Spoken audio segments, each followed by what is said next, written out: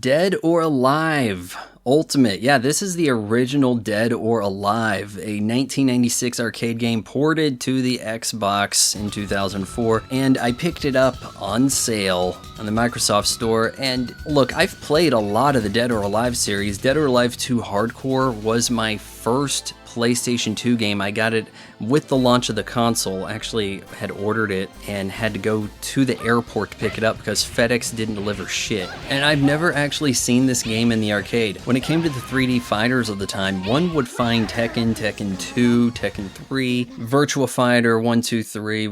You would find those games, but I never did see a Dead or Alive cab. And in first hearing about it was around the time of the Sega Saturn release, and this was built on the Sega Model 2 hardware, so I suppose that makes sense. But really, there was only one feature that anybody really talked about when it came to this game.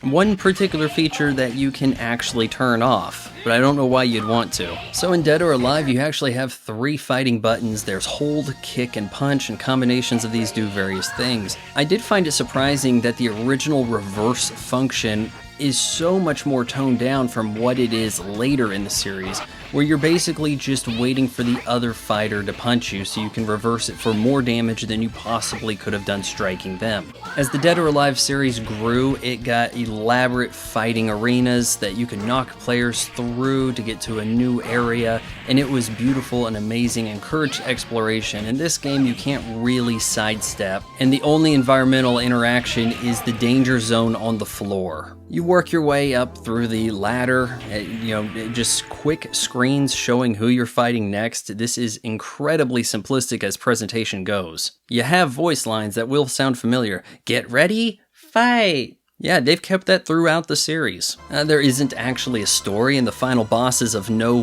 real consequence. You get no cutscene at the end, just an opportunity to enter your initials. And for series fans, it may be shocking that there are only 3 lovely lady fighters in this first game. However, if you're familiar with their current moveset, you can see some of that here. And speaking of visuals, I would say that this looks quite good running on the Xbox Series X, which does a remarkable job of upscaling all polygonal graphics. So everything looks crisp and clear. You could probably see this in 4K quite well, with no noticeable frame rate hiccups and gameplay being fluid. However, your raster graphics are going to be a problem. Text contains weird artifacts, and I'm noticing this on all older titles I play on the Series X. And static images are just plain blurry. I should think that Dead or Alive Ultimate is really only worth visiting if you are a fan of the franchise, and despite being on sale at about $8, it's still a little steep for a game that in solo you're not going to play much. I give Dead or Alive Ultimate on the Xbox Series X a 7.5 out of 10.